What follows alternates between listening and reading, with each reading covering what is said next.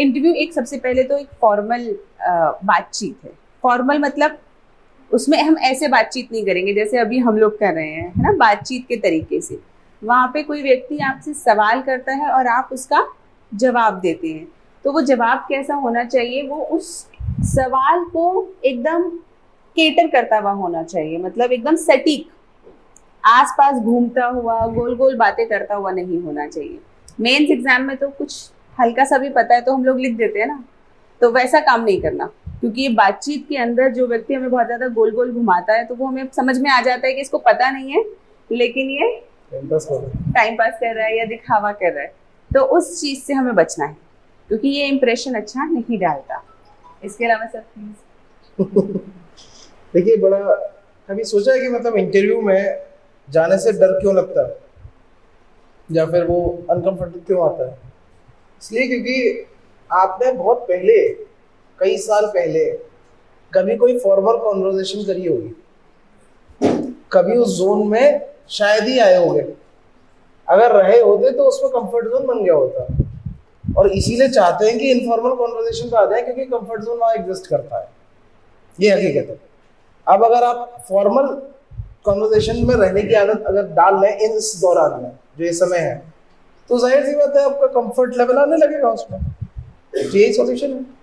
और उसके लिए मॉक इंटरव्यूज होते हैं, वही मॉक इंटरव्यूज होते हैं। और मॉक इंटरव्यूज होते हैं कि आप दीजिए, और जरूरी नहीं कि पैनल में आप एक दूसरे के साथ बैठ के दे सकते हैं, है ना। मेन बात ये है कि फॉर्मल जवाब फॉर्मल सवालों का। अब इसीलिए यहाँ पर भी जो कॉन्वर्सेशन करेंगे ना वो फॉर्मल करिएगा, एटलीस्ट ये वाला समय तो वो प्रैक्टिस आपकी हो ही जाए। हाँ, एटलीस्ट। उसके अलावा एक दो चीज और बता देते हैं कि आप जो अपने आंसर्स दें पॉइंट फॉर्मेट में दें, है ना, 1 2 3 4। इससे इंसान थोड़ा आर्टिकुलेटेड लगता है, उसे लगता है कि एग्जामिनर को, सुनने वाले को अच्छा लगता है कि आपको पॉइंट फॉर्मेट में बोलना आता है, आप चीज़ों को क्या पहले बोलना है क्या बाद में बोलना है समझते हैं। इसके अलावा आर्टिकुलेशन एक कला होती है। आर्टिकुलेशन मतलब अपनी बात को कहने का तरीका, है ना। कोई व्यक्ति वही बात बोलता है लेकिन बुरी लगती है, और दूसरा व्यक्ति वही बात बोलता है लेकिन इस ढंग से बोलता है कि आपको लगता है कि नहीं अच्छी बात है, सही तो कह रहा है ये व्यक्ति। ऐसा हुआ है किसी के साथ? घर में होता होगा ना, एक आदमी, एक भाई, एक बहन जिसकी बात सब मान जाते हैं, कहे वो भी वही रहे, लेकिन और एक भाई बहन ऐसा जरूर होता होगा जिसकी बात कोई नहीं मान रहा है ना। जैसे ही वो मुंह खोलता है सब लोग बोल देते हैं नहीं तू रहने दे, तू रहने। तो वो वाला अंतर है ना, इसको पहचानना है हमें। तो इंटरव्यू में अपने कहने की, बात को कहने की ढंग को भी थोड़ा सा ध्यान रखना है, क्योंकि जब हम बात करते हैं तो सिर्फ हमारे शब्द नहीं निकलते, हमारी आंखें बोलती हैं, हमारा चेहरा बोलता है, हमारा शरीर एक तरीके से बॉडी लैंग्वेज जिसे कहते हैं वो बोलता है। तो वो जो बोलने का तरीका है, सिर्फ शब्दों के अलावा वाला जो तरीका है, उसके ऊपर भी हमें ध्यान देना है। इसके अलावा शब्दों का चयन, अच्छा चयन अगर हम रखें तो हम अपनी बात को ज़्यादा गहराई से कह सकते हैं, है ना। और ऐसे शब्द कहने से बचे लाइक, यू नो, ये क्योंकि ये वाले जो शब्द है ना हम लोग इनफॉर्मली यूज करते हैं, है ना। ऐसे सर मैं कहना चाहता हूँ, मेरी इच्छा है, मतलब ऐसे वाला होता है ना, ये बड़ा इनफॉर्मल सा चीज़ों को दर्शाता है। कोशिश यही करनी है कि एक फॉर्मल तरीके से आप बात करें और एब्सोल्यूट टर्म्स में ना बात करें। हाँ, कि ऐसा ही होता है या ऐसा ही है, वैसा ही होगा या ऐसा ही होगा, जो भी है मतलब आपके अकॉर्डिंग है ना। जैसे फॉर एग्जांपल आर्थिक स्थिति कैसी है, बहुत बेकार है सर, खत्म हो गई बात। मेरे अकॉर्डिंग उतनी अच्छी नहीं है, आपके अकॉर्डिंग ना पहले तो, और उतनी अच्छी नहीं है। तो आर्टिकुलेशन इसी को कहते हैं कि आप एग्जैक्टली वो बोले जो, जैसे मैडम ने कहा, सुनने में अच्छा लगे और पॉलिटिकली करेक्ट हो। आप सच्चाई है, देखो कई लोग ऐसा मानते हैं कि इंटरव्यू में झूठ बोलने से काम नहीं। इंटरव्यू सबसे सच्ची प्रोसेस है इस रिस्पेक्ट में, क्योंकि जब कोई व्यक्ति झूठ बोल रहा होता है तो पता चल जाता है। तो हमें सच बोलना है, लेकिन सच को बोलने का भी एक तरीका होता है कि एक तो होता है कि सीधा बिना दाएं बाएं देखे सीधा नश्तर ही चुभा दिया।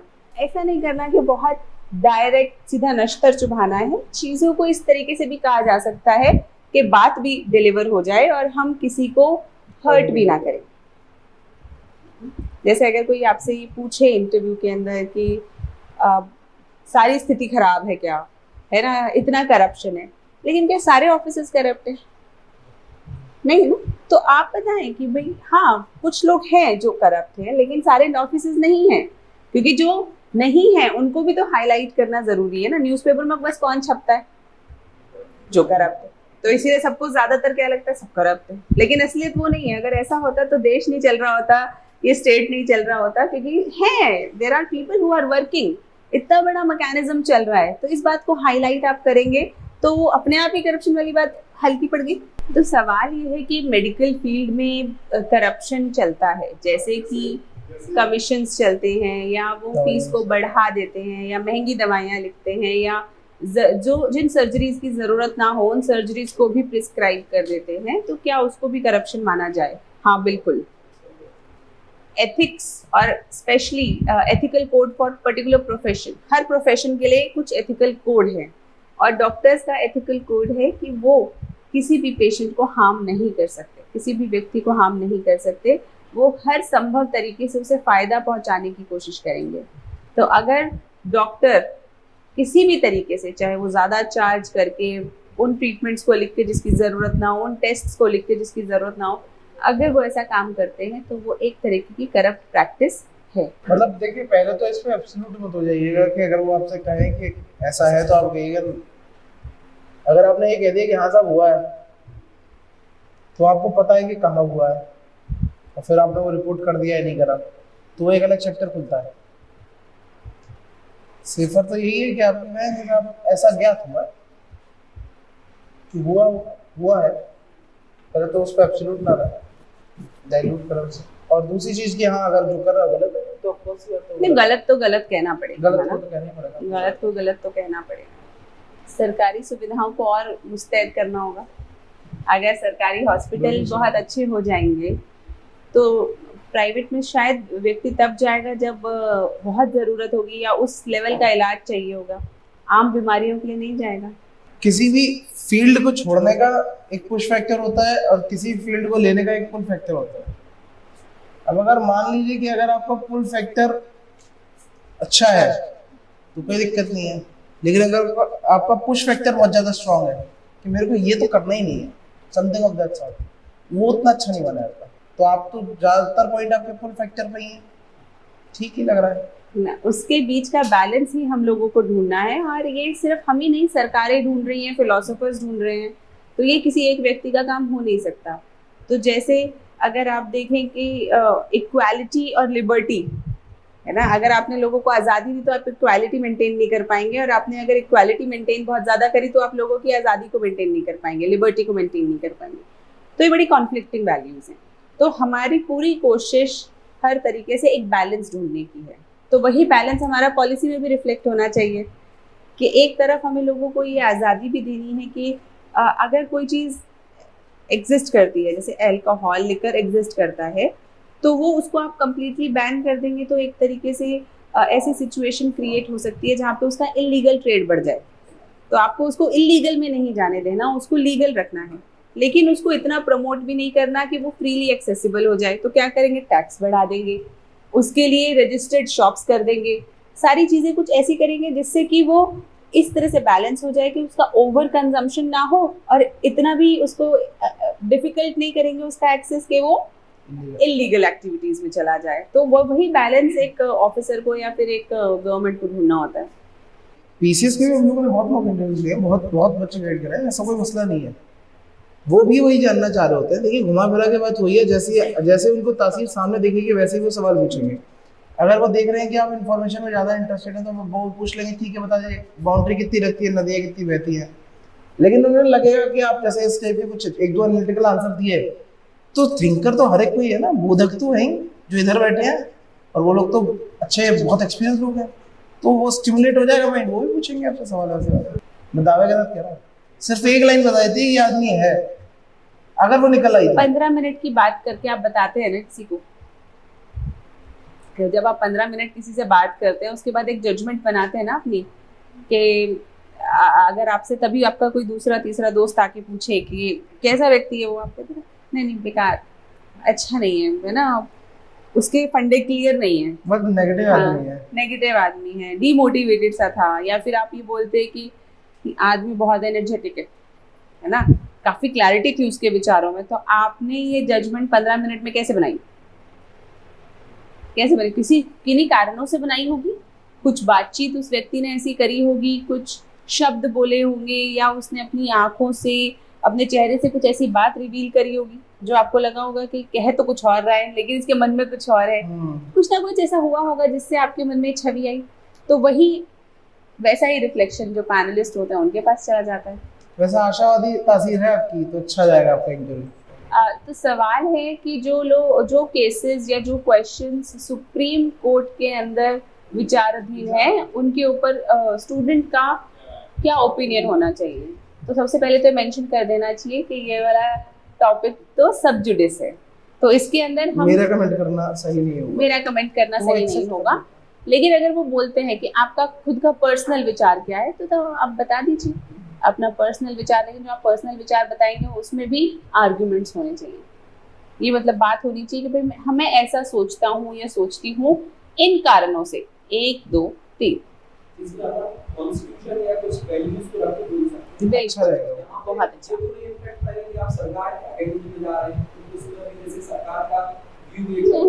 कॉन्स्टिट्यूशन को बैक कर रहे हैं। अगर कॉन्स्टिट्यूशन बैकिंग में खड़ा है फिर क्या है, बात की दिक्कत है। संविधान सबसे बड़ी किताब है। So I should be honest. Yes. Yes, you are going to give civil services exam interview ना? No, for you. BSc Civil. Have you technical interview like already kind of She is a technical veterinary doctor also in a नहीं, government. तो अगर आप technical वाले के interview तो हो गया ना, अभी है, तो अगर वो आपसे पूछते हैं तो आपको बोलना चाहिए कि सर अभी तो रिजल्ट ही नहीं आया, तो मैं कैसे जवाब दूं, है ना। जब रिजल्ट आएगा उसके बाद ही तो आप सोचोगे। और अगर Saying we'll cross the bridge when it comes. हाँ, we will cross the bridge when it comes, तो जब तक आपका रिजल्ट ही नहीं आया तब तक आप नहीं कर सकते। और अगर MPPSC वाले पूछें तो आप बता सकते हो कि भाई मतलब वो मैंने दिया था एज अ बैकअप, ये मेरी फर्स्ट प्रायोरिटी है।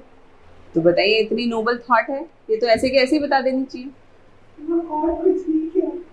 और बताइए आपके मन में क्या है, क्यों आपको इस सर्विस में आना है? मैम ये जो सर्विस है ना हमेशा से मुझे अट्रैक्ट करती है।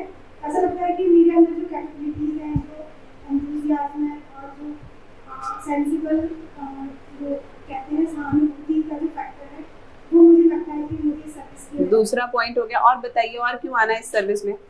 मुझे ऐसा लगता है कि एक ऐसी सर्विस है जो ना सिर्फ पैसे भी मतलब एक अच्छी प्रतिष्ठा भी देती है, एक अच्छा जीवन देती है। बस देखिए, जवाब आप ही के पास था, मैंने तो एक शब्द नहीं बताया, आप ही ने बताया कि ये जो सर्विस है आपको लोगों की मदद करनी है। आप रूरल बैकग्राउंड से आती हैं तो आपने परेशानियां देखी हैं, उसे ठीक करने की आपकी इच्छा है। दूसरा पॉइंट भी आपने ही बताया क्या, कि ये आपकी कंपैटिबिलिटी से मैच करता है, आपके कैरेक्टर से मैच करता है, आपके थॉट प्रोसेस से मैच करता है। तीसरा आपने क्या बताया? बेटर अपॉर्चुनिटी है ना, बेटर अपॉर्चुनिटी। आपका समाज में स्टेटस बढ़ता है, लोग रिस्पेक्ट करते हैं, अच्छी नौकरी। तो भी सबसे पहले तो फाइनेंशियल इंडिपेंडेंस भी चाहिए ना, तो अच्छी सैलरी है, अच्छा काम करो, सैलरी भी मिले, इज्जत भी मिले, परफेक्ट। बिल्कुल बिल्कुल बिल्कुल यही बोलना ही चाहिए। देखो, जो मन में हो वो बोलना चाहिए, जो सत्य हो, है ना, सत्य। अगर आप झूठ बोलेंगे तो वो दिख जाएगा, है ना, चेहरे से नहीं तो आंखों से, आंखों से नहीं तो कहीं ना कहीं दिख जाएगा। तो झूठ नहीं बोलना है, लेकिन अपने अपने सत्य को अच्छे से पेश करना है। इंटरव्यू के क्वेश्चन का या आंसर का क्या फॉर्मेट होना चाहिए? जैसे मेंस के आंसर का एक फॉर्मेट होता है, introduction points, shortcomings and conclusion, है ना। मैकेनिकल मत करिए ना प्रोसेस को, मैं बता देता हूँ बहुत सिंपल सा। आपका नाम क्या है? आपने सोचा फॉर्मेट क्या है? आपने सोचा फॉर्मेट क्या है? नहीं था। कॉन्वर्सेशन की ब्यूटी यही है, टू द पॉइंट होनी चाहिए। मैंने पूछा आपको क्या लगता है एमपी की 3 समस्याएं क्या है? आप इसमें इंट्रो थोड़ी सोचेंगे क्या है, कनेक्टिविटी या infrastructure, let's say economy, third farm, जो भी आप जिस भी प्रायोरिटी में आप सोचते हो सीधे ये बताएंगे 3 पॉइंट। फिर आपसे फर्दर पूछेंगे, अच्छा कोई भी एक मैं पकड़ूंगा, उसी में फर्दर पूछूंगा आगे क्वेश्चन, तो फिर आप फर्दर उसमें बताएंगे। क्रिस्प रखिए आंसर। और जैसा आपने ड्यूरेशन के लिए कहा, तो मुझे लगता है मेरे अकॉर्डिंग 30-40 सेकंड से ज़्यादा नहीं होना चाहिए लंबा। 5 मिनट का तो मतलब ही नहीं है, मतलब वो तो 2-3 मेंबर निपट जाएंगे इतने में। 40 सेकंड मैक्सिमम, और इतना सफिशिएंट होता है। जैसे हमने पूछा आपसे कि बताइए, जैसे इन लोगों ने पूछा, वेटनरी डॉक्टर हैं, तो इन्होंने उनसे पूछा है कि बताइए यहाँ पर फौना की क्या दिक्कत है, या यहाँ पर जनजाति की क्या दिक्कत है, तो ये 3 पॉइंट में खत्म करते हैं अपनी बात। अब ये नहीं कि इन्होंने 8 पॉइंट पढ़े हैं तो 8 बता के आए, वहाँ पर मेन्स नहीं चल रहा, उतना मेन प्रायोरिटाइज करें बात, बेसिक इंपॉर्टेंस। और उसे जैसे मैम ने बताया शुरुआत में कि पहले ही बताते हैं तो और अच्छा लगता है पॉइंट्स फॉर्मेट में।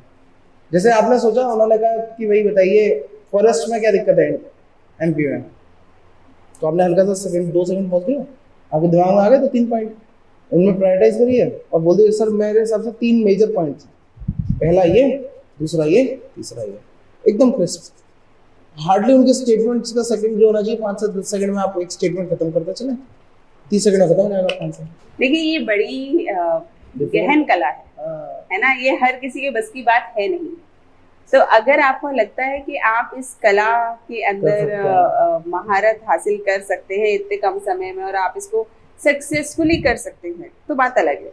क्योंकि आपका एक्सपीरियंस चाहे कितना भी हो, लेकिन अभी जो इंटरव्यू पैनल में जो लोग बैठे हुए होंगे उनका एक्सपीरियंस बहुत होता है ना। आप शायद 1000-2000 से मिले होंगे, वो लाखों लोगों से तो मिल चुके होते हैं, क्योंकि उनकी उम्र का भी वही हिसाब होता है, उनका एक्सपीरियंस, उनकी एक्सपोजर सब उस तरीके से होता है। तो उनको गाइड कर पाना और उनको स्टीयर कर पाना बड़ा मुश्किल है। वो पकड़ लेते हैं, अक्सर पकड़ लेते हैं, और कई बार इंटेंशनली जाल में भी फंसते हैं कि चलो अगर बच्चा चाह ही रहा है इस तरफ से सवाल पूछवाना तो हम पूछ लेते हैं। अब आपने उन्हें सपोजिटली आपने इंजीनियरिंग करी, आपको लगा कि मैं इंजीनियरिंग में स्ट्रांग हूँ, तो उनको ना थोड़ा मैकेनिकल की तरफ या इलेक्ट्रॉनिक्स की तरफ मैं स्टीयर कर लेता हूँ। वो इलेक्ट्रॉनिक्स की तरफ जाएंगे, लेकिन फिर वो आपसे ऐसा सवाल कोई पूछ लिया उन्होंने जो आपको नहीं आता, तो वहां फिर आपके लिए एक परेशानी खड़ी हो जाएगी। आपको फिर बार बार याद आएगा जब भी आप इंटरव्यू के बारे में सोचेंगे कि पता नहीं मैंने क्यों वहां पे कोशिश करी। तो जो नेचुरली है चलने दीजिए, अगर अपनी तैयारी पे ध्यान दीजिए। अगर आपकी तैयारी अच्छी होगी तो स्टीयर करने की जरूरत नहीं पड़ेगी। नहीं, वही मैं बता रही हूँ।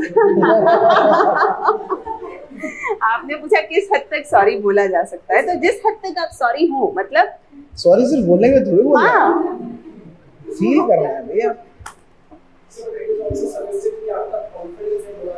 नहीं, मोरल डाउन थोड़ी होता है। अगर किसी भाई आपसे कोई सवाल पूछा, जैसे मान लीजिए मैंने कहा कि यहाँ पर कितने एम्पियर या कितने वोल्टेज का ये है, मुझे नहीं पता, लेट्स से, तो मैंने कहा सॉरी सर नहीं पता। इसका मतलब ये थोड़ी है कि मैं बाकी चीजें भूल गया सारी, ये नहीं पता, इसके लिए तो हम सॉरी हो ही सकते हैं।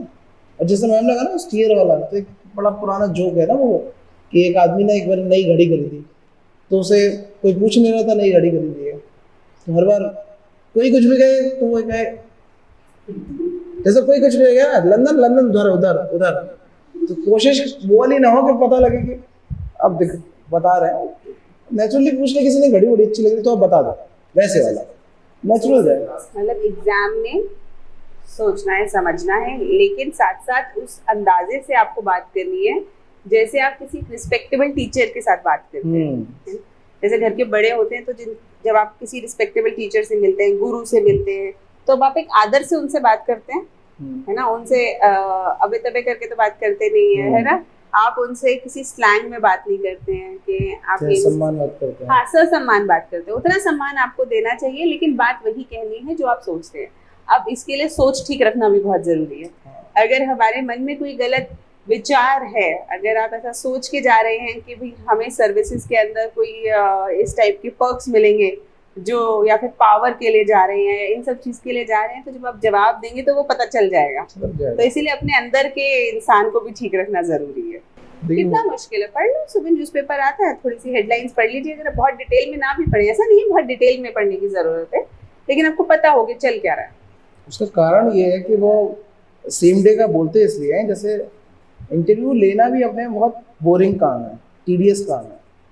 आप कब तक क्वेश्चन बनाएंगे, मतलब दिमाग एक समय बंद हो जाता है। हो सकता है आपने उसी सुबह न्यूज़पेपर पढ़ा, उसमें 3 कुछ चीजें याद रह गई आपको, आप वही टेस्ट करें, तो उस दिन आपका भाग्य अच्छा हो, आप ही के ऊपर टेस्ट हो जाए और आपने वही पढ़ाओ, पेपर आउट हो गया ना आपके लिए। तो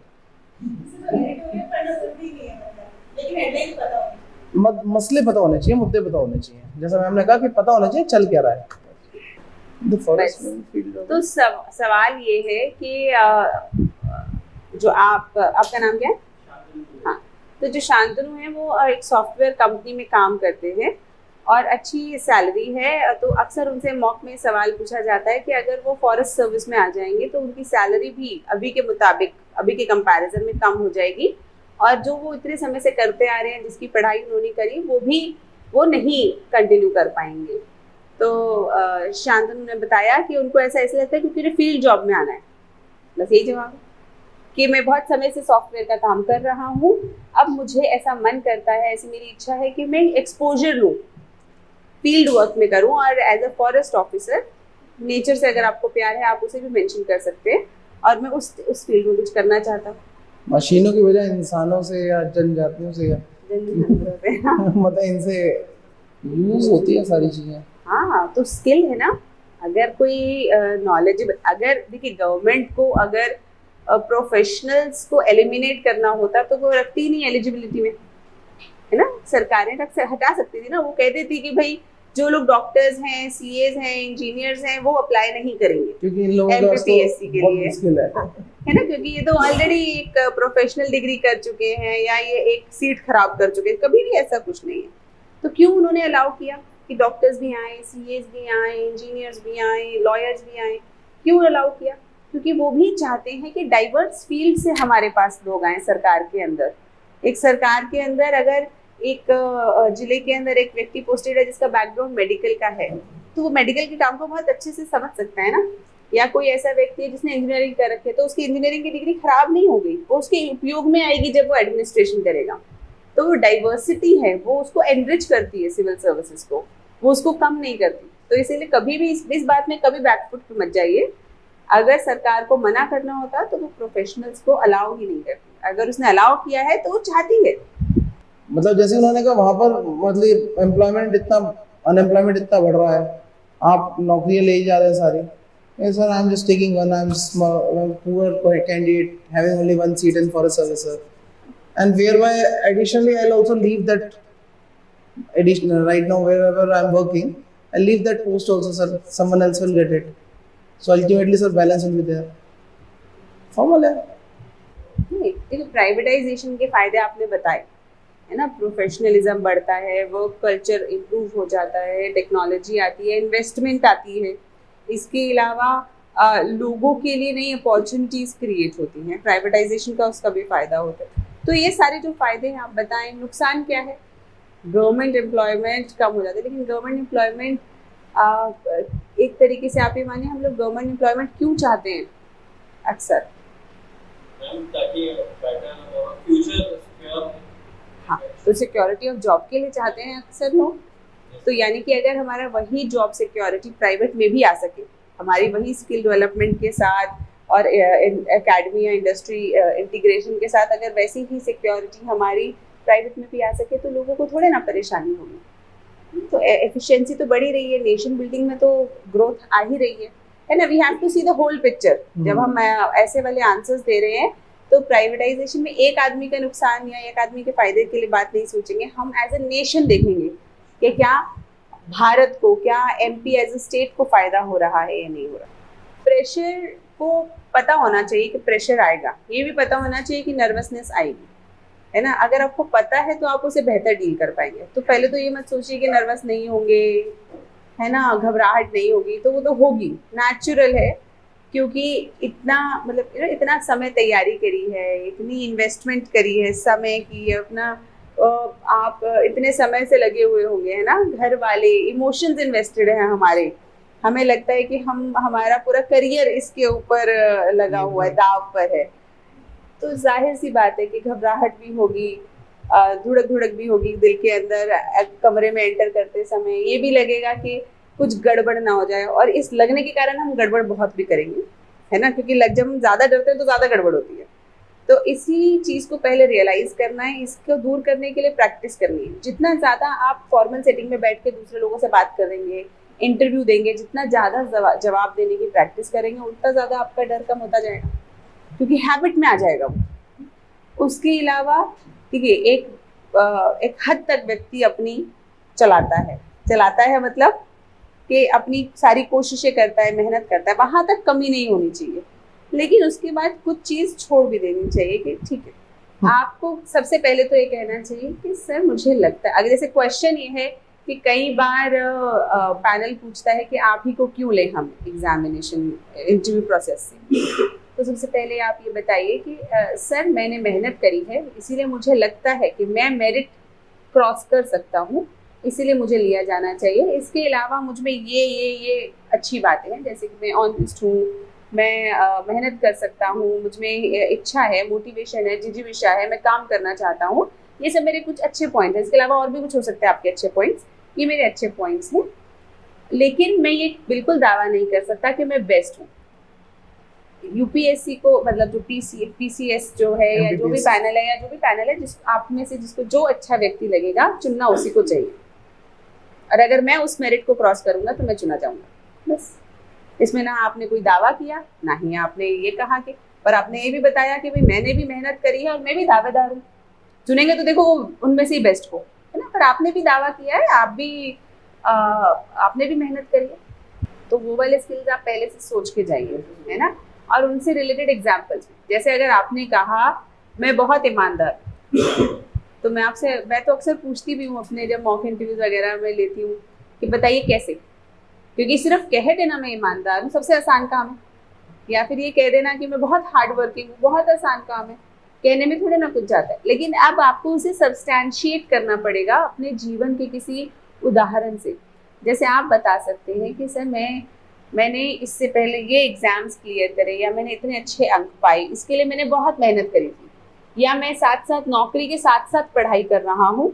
ये भी एक तरीके का उदाहरण है कि मैं काम करते करते भी पढ़ाई करते हुए इंटरव्यू तक पहुंचा हूँ, कि मैं बहुत हार्ड वर्किंग हूँ। तो कुछ ना कुछ एग्जाम्पल आप अपनी लाइफ से सोच के रख सकते हैं। बिल्कुल अपने अचीवमेंट्स तो बताने ही चाहिए।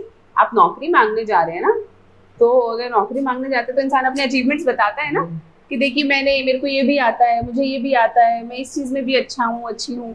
तो वही स्थिति है आपके फॉर्म के साथ भी। ठीक है, I think let's end this session. Okay, thank you so much.